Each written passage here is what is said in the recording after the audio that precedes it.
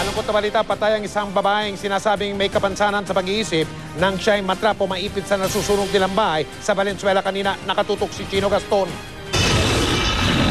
Nasunog na dingding at nangitim na bakod ang natira sa dalawang magkatabing bahay ng pamilya Meneses sa Barangay Marulas, Valenzuela matapos masunog kaninang alas 7:30 ng umaga. Bagaman agad na apula ang sunog, sa kasamaang palad, namatay ang 52 anyos na si Marivic Meneses na sinasabing may kapansanan sa pag-iisip. Naiwan daw siya sa pangalawang palapag ng bahay at hindi na nasagip ng mga kaanak dahil sa kapal ng usok. Nanggaling daw sa taas yung yung sunog. Then kasi yung hipag kong yan, mayroong diferensya, yung namatay. Bigla na lang mapoy, nagtakbuhan sila. Hindi masabi ng mga bumbero kung ano ang sanhi ng sunog. Tulad nga ng sinasabi ko kanina, under investigation pa tong cause na to. Tinatayang aabot sa 200,000 pesos ang halaga ng nasirang ari-arian.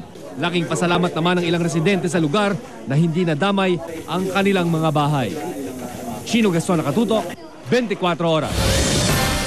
Sa Los Baños sa Laguna, nasagip ang 3 menor de edad na nasadlak umano sa prostitusyon. Depensa naman ang hinihinalang bugaw, kinukup lang daw niya ang mga bata nang maglayas daw ang mga ito. Nakatutok si Victoria Tulad. 3 menor de edad na babae ang nasagip ng mga otoridad matapos i-raid ang isang di umano'y sex den sa Los Baños, Laguna kahapon. Arestado naman ang itinuturong bugaw na taong 2008 pa lang daw ay nag-ooperate na.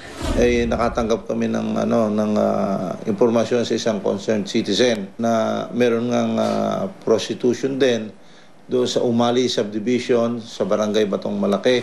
Ayon sa 15 anyos na si Rose, di niya tunay na pangalan. 2 taon na ang nakararaan nang ipasok siya sa sex den. Sa tropa ko, sinama niya ako dyan. Hindi ko naman po alam na bugaw.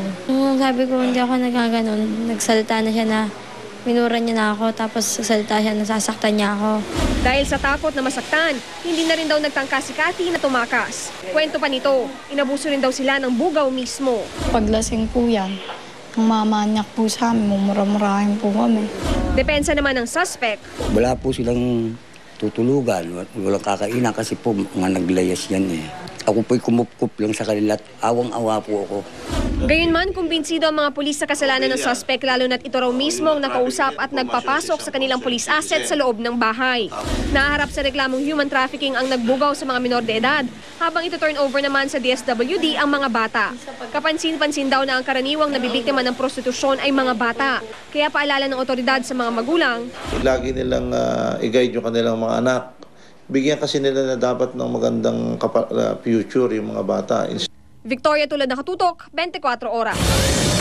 Meron pong medyo magandang balita tayo ngayong gabi. Posible raw masundan pa ang rollback o pagbabawas presyo ng diesel. Pero ang pamasahe sa jeep, hindi raw ibababa ng isang grupo ng mga tsuper hanggang hindi raw bumabalik sa 45 piso kada litro ang presyo ng krudo. Nakatutok si Julius Segovia. Tumaas man ng 30 centavos ang litro ng gasolina. Bumaba naman ang diesel ng 50 centavos. Nagbawas din ng 40 centavos sa litro ng kerosene. Pero hindi pa rin kontento ang mga tsuper. Mas maganda yun kung rurulbak ulit ng 50 centavos. Makakatulog rin sa amin konti yun. Mahirap ang biyahe, bakasyon, di ba? Mas maganda kung mas bumaba pa ng konti. Yung dagdag nga na pamasahe, baliwala yun eh. Tapos yung rollback 50 centavos, walang kwenta yun. Wala yun. Sa kwenta ng Department of Energy o DOE, sobra pa raw ang rollback sa diesel na dapat sana'y nasa higit 40 centavos lang. Mas malaki yung actual, 50. Oo, mas maganda yung inano nila. Even for kerosene, mas malaki yung na-round na mas advantageous sa consumer yung ano nila. Kulang pa nga yan eh. Dahil no sa pagsasamantala nilang pagtatas na walang habas, huwag na maglabas ng itong statement na parang pinapaboran niyo pa itong big trend neto. Pero sabi ng DOE, may tsansa raw na makahinga muna ang mga motorista sa halos lingguhang taas presyo sa mga produktong petrolyo. Unti-unti na raw kasing humuhupa ang tensyon sa Iran, kaya inaasahang bababa ang presyuhan sa world market. Handa naman daw ang pasang Mazda na magbawas pamasahe sa jeep. Oras na bumaba sa 45 peso level ang diesel. Nakasalukuyang nasa 48 pesos pa ang litro. Na kami lalaking kausap, once na bumaba ang presyo sa 45, 8 po ang pamasahe natin. Kaya ang tanong, Ipagkaloob pa kaya ng LTFRB ang petisyong dagdag pasay sa mga pampublikong sasakyan kung magmumura nga ang presyo ng petrolyo? Yung need is not there anymore, di ba? And depende dun sa justification nga, dun sa increase. If ever the increase is needed based on the evidence presented, and syempre mag-judicial notice naman ang board dun sa existing. So kung may need, bibigay siguro yon. Hiling ng mga taxi operator na maging 50 pesos ang flag down rate at may dagdag din sa bawat patak ng metro. Sa Huwebes sisimula ng pagdinig sa petisyon nila habang hinihintay na lang daw ang resolusyon sa petisyon naman ng provincial buses. Julio Segovia, Nakatutok, 24 Oras. Ito naman ang bad news. Posible kasing tumaas ang singil sa kuryente ngayong buwan. Ayon po yan sa Meralco. Ito'y bunso daw ng mas mahal na bayad sa wholesale electricity spot market. Bumabaran din daw ang kinukuha nilang supply ng kuryente mula sa Quezon Power Philippines na mas mura ang presyuhan kumpara sa ibang power plant.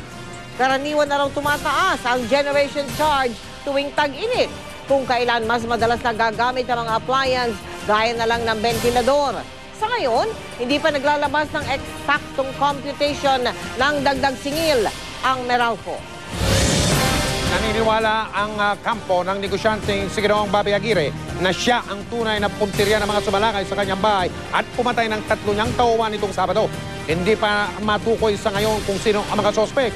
Malabo kasi yung kuha ng CCTV camera. Nakatutok si Sandra Aguinaldo.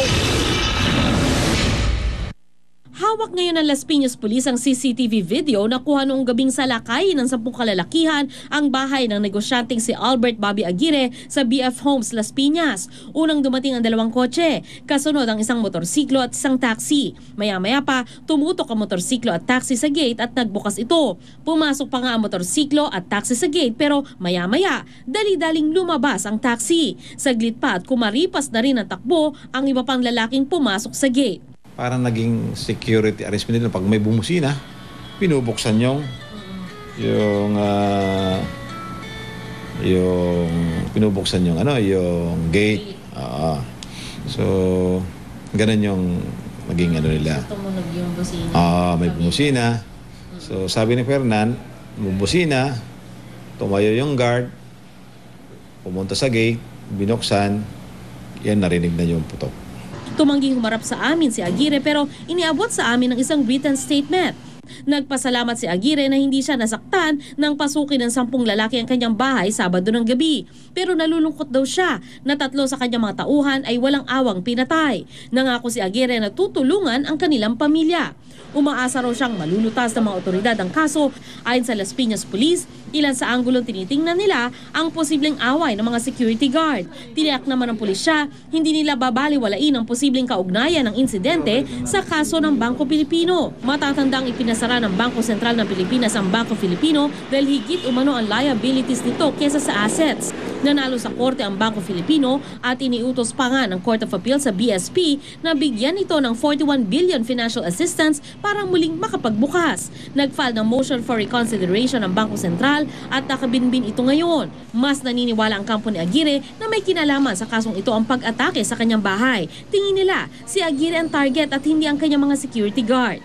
Recently we won the case. Maybe there are some people who did not like that. Lahat ng anggulo, lahat ng pwede nating titignan for the immediate solution of this case ay gagawin po nating investigador. Sandra Aguinaldo, Nakatutok, 24 Oras. Pananakot lang at hindi terorismo. Yan ang paniniwala ng Department of Interior and Local Government sa 2 pagsabog sa Palawan noong Huwebes Santo. Ayon kay DILG Secretary Jesse Robredo, wala kasing shrapnel ang 2 bomba.